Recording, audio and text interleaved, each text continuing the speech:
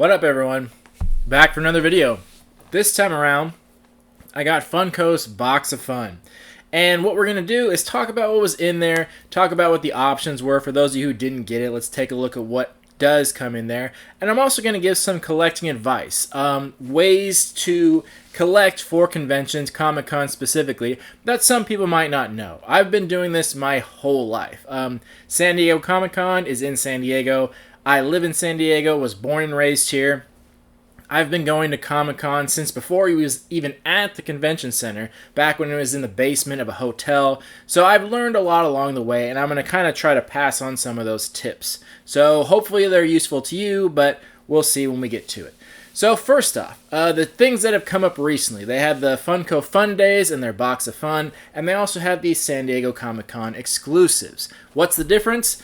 Basically, if those of you who are not familiar with Comic-Con, there's an event that Funko does, or they did do. This is the first time they've done it in years because of COVID and stuff. And of course, the puppies are going to have a battle royale behind me because they were just asleep, and as soon as they see me turn on the camera, it's time to be shitty. So try not to focus on that too much. Anyway, Funko Fun Days is an event they used to do, and I went one year and I just haven't been able to go because it's really hard to get tickets. But everyone that goes there gets what's called a Box of Fun, and it usually has 3 figures, and they're all of Freddy Funko, their mascot, dressed up as different characters. Nowadays, they also have a little separate mascot that they come up with that comes with it, so that's something they do. And then there's Comic-Con exclusives, which are similar, but are just figures that are sold at Comic-Con. And you can tell the difference by the sticker. A lot of people get them confused because they're exclusives that come out at the same time, but those are the difference between the two. Again, for those who didn't know. So, the Box of Fun, everyone got to choose their little mascot. They had 4 different ones, and they're all kind of named like puns. This one's the Proto-Robos, and it's talking about like prototypes. The other one was the one I wanted was the Pop Protectors, and they're just talking about like Pop Protectors, you know. That's the one I wanted, but I'm happy to get this one. I don't think there was one that was particularly like super popular. I think most people went for the Pop Protector one first, but there's not a lot of difference there.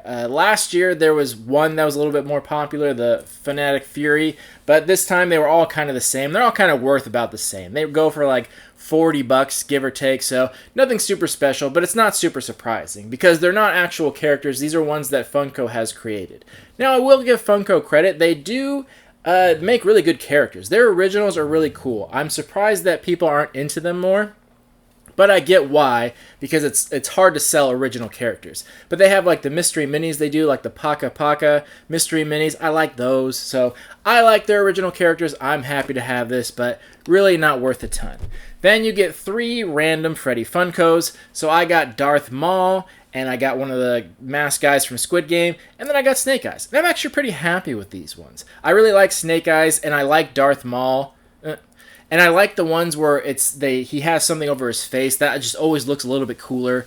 And the Squid Game one, like, yeah, that one's okay. I'm happy to have it. But something I noticed this year was they had a lot of big name characters, and what I mean by that was that they're really popular characters that Freddy crossed over with. They've been doing this for years and years, and they've kind of already cycled through all the main characters. If you watched my video last year, the Freddy Funko Pops that we got were kind of generic. They were very generic stuff. They weren't really popular characters. And this year we had a ton of popular characters. There was Thor, there was Loki, there was Spider-Man, there was Carnage, Darth Maul, Snake Eyes, a bunch of really big name characters, which I think they finally realized that they've done pretty much all the popular characters of Freddy Funko once, and now they're doing them again, but different bodies of them. Just like they do with the regular Funko characters. They do a character, and they'll do a new one, but he'll be in a slightly different pose or a different mask or something like that. They never do 2 exact copies. And I think that's the point they got to. Last year, they ran out of characters and were doing really generic ones, and nobody really wanted them. People were really disappointed. So I think they're cycling back through, doing the popular characters they started with, but doing them in slightly different poses, if that makes sense. So the ones I got were all the common ones. It says on here how many pieces they make. They used to do that with the Comic-Con ones, but they always do with the Freddy Funkos. That's something that's very common. Back to the very first one I got, which I think is like up here. I got the Jack Skellington Freddy Funko, which to this day is probably the most expensive one I have. I think it's valued at like $4,000. So you can see why these are very, very collectible, because you really, for the most part, you can't ever get them in stores. Every once in a while, they'll have Freddy Funko sold on the Funko site, but never the ones where he's dressed up as different characters. The only way to get these characters, as far as I know, is at Funko Fun Days, and now online they sell this box like I got. So all the ones I have are edition of 4,000. So they're one of 4,000. That's the most common. They also had ones that were of 2,000, 1,000, 500, and I think that's the lowest they go. I didn't do a ton of research, but sometimes they'll have ones that are like of 100, which are just crazy rare, super expensive. So as you can assume, the value is pretty much based on what the edition is. A little bit on the popularity of the character, but not much, mostly on the edition, which is no big surprise. The rarer something is, the more expensive it is. So no surprise there. And yeah, there was one thing I found interesting. I really wanted a Carnage, by the way, but for some reason there were two different Carnages. There was one that was of 4,000 and one that was of 2,000.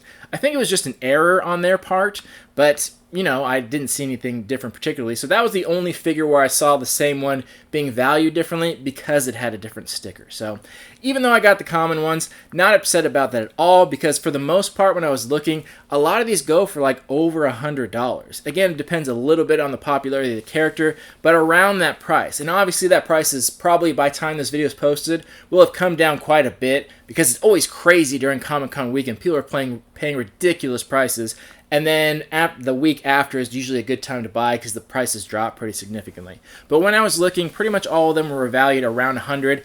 I imagine that'll come down, and if I had to guess, I would say probably around that $60 range for the ones of 4,000, probably closer to 100 for 2,000, and they go up from there. The really rare ones honestly go for like close to $1,000 a lot of the time. It's fucking insane. But that's why these things are so sought after, because they have the opportunity to get that, and everyone pays the exact same price. So it's a really good deal. And now with the Comic-Con exclusive ones, again, most people know, but for those of you who don't know, every figure has two different types and two different types of sticker. One is the Comic-Con sticker, and one is the shared exclusive sticker. I noticed this right away when they first started doing this, but it took people a long time to catch up and realize that one was actually rare and one wasn't. One was actually bought from Comic-Con and the other was bought in store. So when you buy things online from Funko, you get these shared exclusive ones. The only way to get the sticker from Comic-Con is to go to Comic-Con and buy it there, or buy it from someone online that got it there.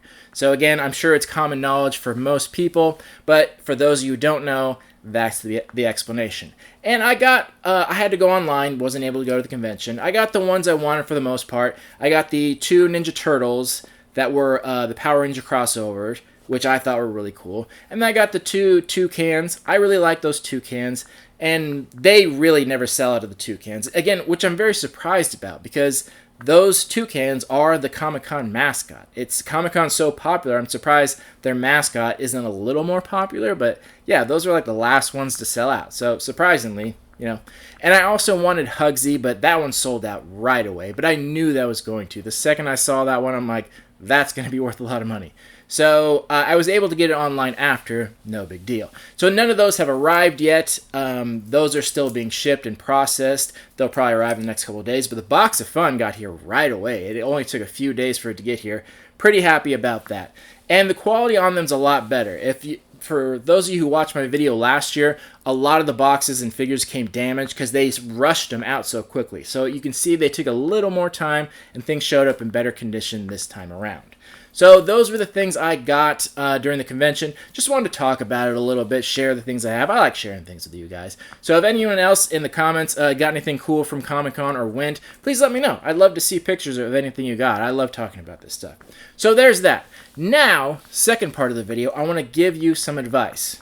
Gotta refresh though. Hold on. My mouth gets so dry.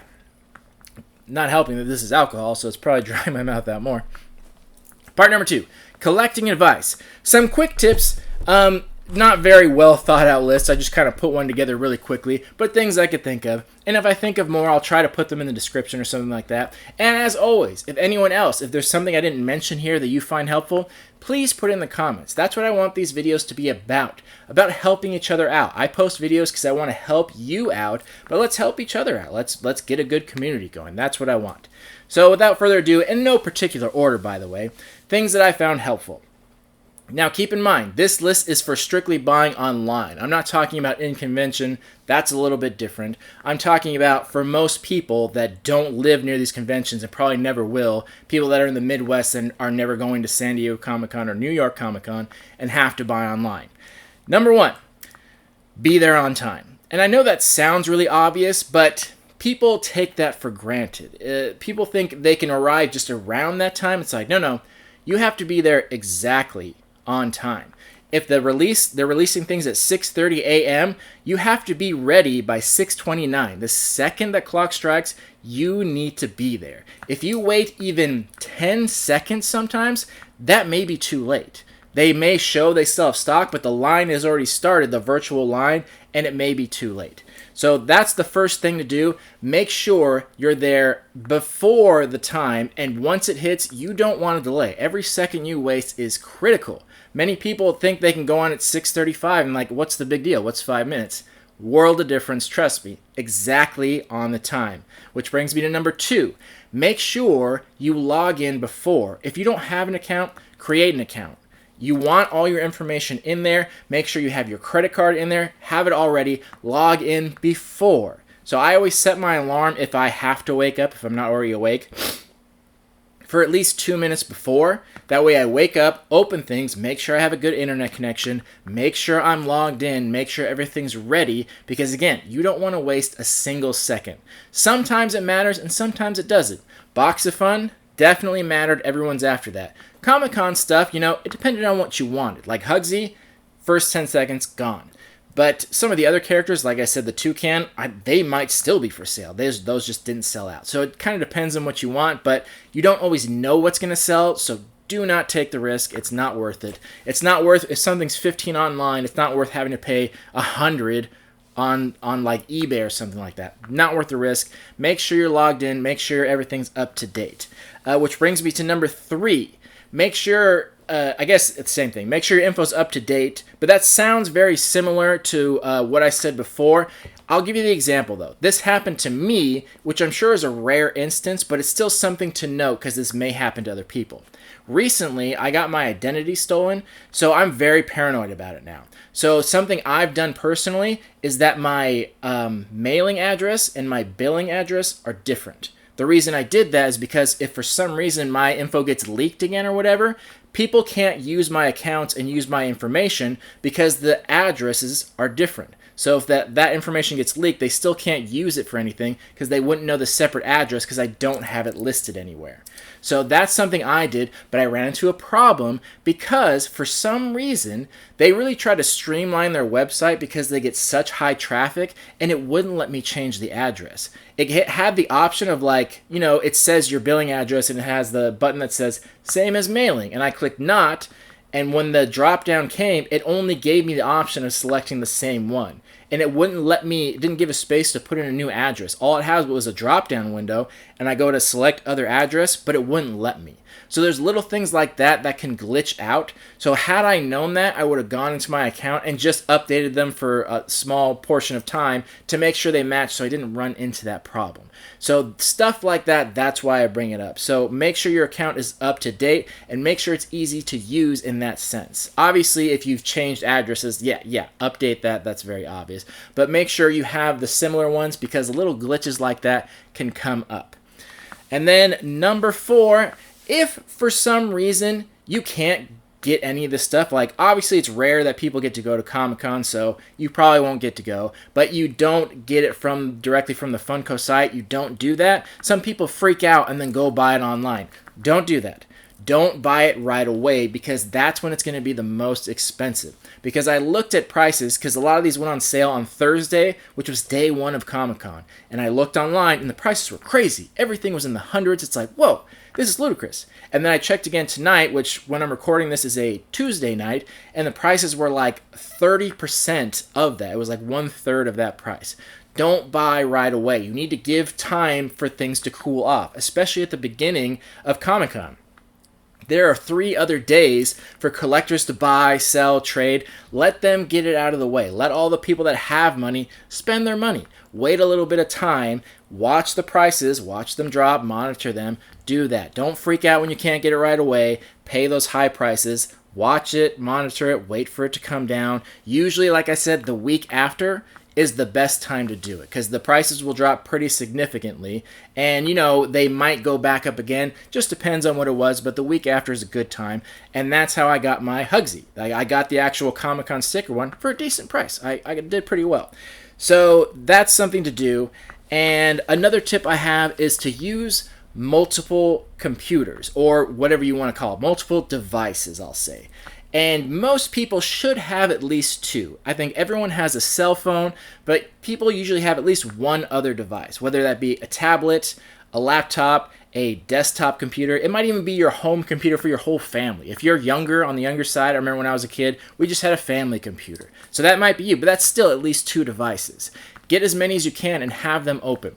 When I do it, I have my phone ready, logged in, and my laptop logged in, because you can log in on 2 computers for sites like Funko, no problem, and just have them both running. Because when I ran into that problem, I didn't have time to go into my account and change my address, so it's like, all right, fuck that. I'm just going to go into the laptop and do it there, and that's what saved me, because I had multiple devices, and you just never know. When I was doing the Comic-Con stuff, the site kept crashing. Even though they were prepared for all the traffic, it still kept glitching out, so I had to keep switching back between my phone and my cell phone, and still I couldn't do it, and luckily my roommate got it. So multiple devices, meaning as many computers as you have, and then if you have any family members or roommates, try to ask them to help out. It's not always guaranteed, but even if you're on the younger side, you have a parent say, hey, I have the money. Is there any way I can borrow you for 5 minutes? Help me out. Pull your phone out. Sit at this computer. Just do these things.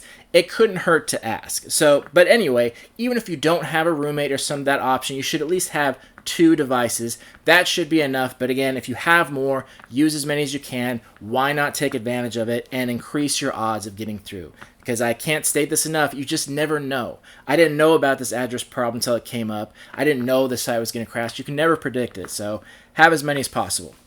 Another tip, this should be an obvious one, but I still have to say it because I've heard so many people have this complaint. Know what you want beforehand. Actually, not just what you want, but have a priority list and be reasonable. When you don't wait till that day to start shopping. They always post a list before. Look at what you want. Decide for sure what you want beforehand, because there's no time to think about and debate. Every second you take is against you, and it might sell out. So, like I was saying, have a priority list. Have a absolutely I want these. I kind of want these, and I'll get these if I can. And realize if you have a long list, you might want to consider shortening it. That's why I say tiers, because it takes a long time to go through and click every single one. And the site has so much traffic that it's not like a normal website where you just click add to cart, add to cart, add to cart. Every time you do it, it's got to think and process because it's constantly checking stock. So like I said, every second you waste, every item you put into the cart is going to be a hassle. And when you try to check out, if in that 10 seconds it takes you to click the cart and click checkout, if someone else bought it and it sells out, then it'll send you an error message, and then it sends you back because it has to update your cart. So once you have a huge list of things, if you wanted to put everything in there, for example, you'd probably never get through because you'd have to keep updating your cart, because every time you go through, something else will sell out, and then you have to update, and by that time something else will sell out, and then you have to update, and before you know it, half of things are gone. So keep that tier list in mind and see how many there are. If there's only a few in each one, no problem. If there's a lot, probably just stick to your top ones and go for those and check out. And if the lower tier ones are still there, maybe go back through. Again, it's up to you. Use your best judgment how many things you have, but keep that in mind. Everything you add to it is more time added to checking out, more time that something might sell out. And last thing, it's not really a tip, just kind of a, I guess it is. I would say don't buy to resell. And what I mean by that is I'm not talking about our moral obligation here. I'm not talking about, so many people think people that buy just to resell are just total scumbags. It's a very popular opinion. I'm not saying I agree with that, but that's not what I'm talking about. I'm saying don't go on there, buy to resell, because it's really not worth it. I've seen that happen too many times. And again, just talking about the website. The people that go to the convention, they buy to resell. It's always a good investment. Not saying I agree with that, but sure. When you buy them online, most of the people that buy that don't make any money. A lot of times they lose money because they don't factor things in. They think that everything that's exclusive is going to be worth a bunch, and it's just not true. Like I was saying with the toucans earlier, also I saw that like Miss Minutes, which I was kind of surprised about. Maybe it's because it was the jumbo one. Didn't sell out till like, I'm not sure if it still is. I checked 2 days after, and there were still plenty of them in stock. So people buy these things thinking they're going to be worth a lot, and they're just not. So they can't sell them because the people that had the chance didn't even want to buy them. They have to pay for shipping to get it. Then if they even do sell it on eBay or something like that, they have to pay to ship it again. So it's just not a good investment, I guess is the best way to put it. I would say don't buy to resell for these things because it's not a solid investment. You more often will lose money or break even. And again, not telling you what to do. If you want to, please feel free. That's just my advice. It's usually not a solid investment. But again, if you're at the convention, I'm not saying I agree with it, but feel free to buy whatever because those always sell for a good amount. And lastly, I would say if all else fails, your last resort before you resort to eBay is buy in stores, not online. And because all those shared exclusives a lot of them do actually go to brick and mortar shops. Not all of them. Obviously, the ones that were Funko exclusives stayed there. I think Toy Tokyo, I think we can only buy those online. But places like Target and things like that, it's worth a try. Just don't get your hopes up because it is insanely difficult. They have no schedules whatsoever. They are just all over the place. Employees don't know their ass from their elbow when it comes to this stuff. So it is a shot in the dark, but you might as well try before resorting to eBay. I tried to check Target at the same time they got released everywhere else. They weren't available. They got released at some point. I have no idea when. And I went to all the stores and they never got to the store. And I'm not sure why, but I talked to someone that worked at GameStop and they said they weren't expecting to receive their in-store Comic-Con ones until August. That's when they were expecting it. And I'm not sure how true that is, but they seemed pretty genuine when they said that. So it may take a while for them to get there. But again, it may be too late then. It's definitely risky, but it's worth a try. So that's something to do before you resort to online. And something I'll do is always ask the employees to get information. And what I mean by that is like, obviously when you go there, places like Walmart, Target, like they don't know. The employees don't know about a lot of this stuff. But you can ask questions like, if you're looking for a specific product and they can look it up on their little thing or on the register and they'll at least know if it did come in. They can say like, oh yeah, we got a shipment this morning and they're gone. So at least you know then not to check there. Or they'll say like, oh no, we are supposed to get those, but they haven't been shipped yet. I see that in the computer. And then you can be like, well, what's the expected date? And then they can tell you a date from there. Again, it's little pieces of information, but it's enough to get to a conclusion. You can either decide like, okay, they already sold out, I can stop checking,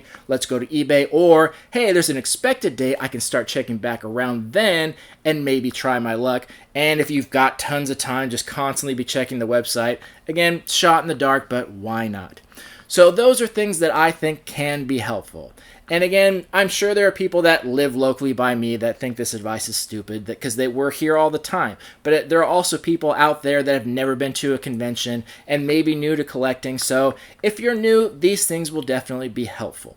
And I'm sure there's a lot of other points I missed in there too. It was a very last minute put together thing. But anyway, let me know your thoughts if these things were helpful. If you have more ideas, please let me know in the comments. And as always, feel free to ask questions. That's what this channel is all about. I feel like I have a lot of knowledge in here about collecting, but I don't always know how to get it out there because I can't just say random things on camera. That's why I always encourage people to ask questions, because I usually have an answer, but I won't know to tell someone unless they ask it. So let us talk about it in the comments, and thank you all for watching, supporting, and helping. And yeah, love showing off my stuff. And oh, look what else came today. Winged Dragon of Ra from Kotobukiya. Oh, that's going to be awesome. I'll show that off later. Anyway, thank you for watching and supporting. I hope this was helpful to you. I'll see you on the next video. Love you all. Peace.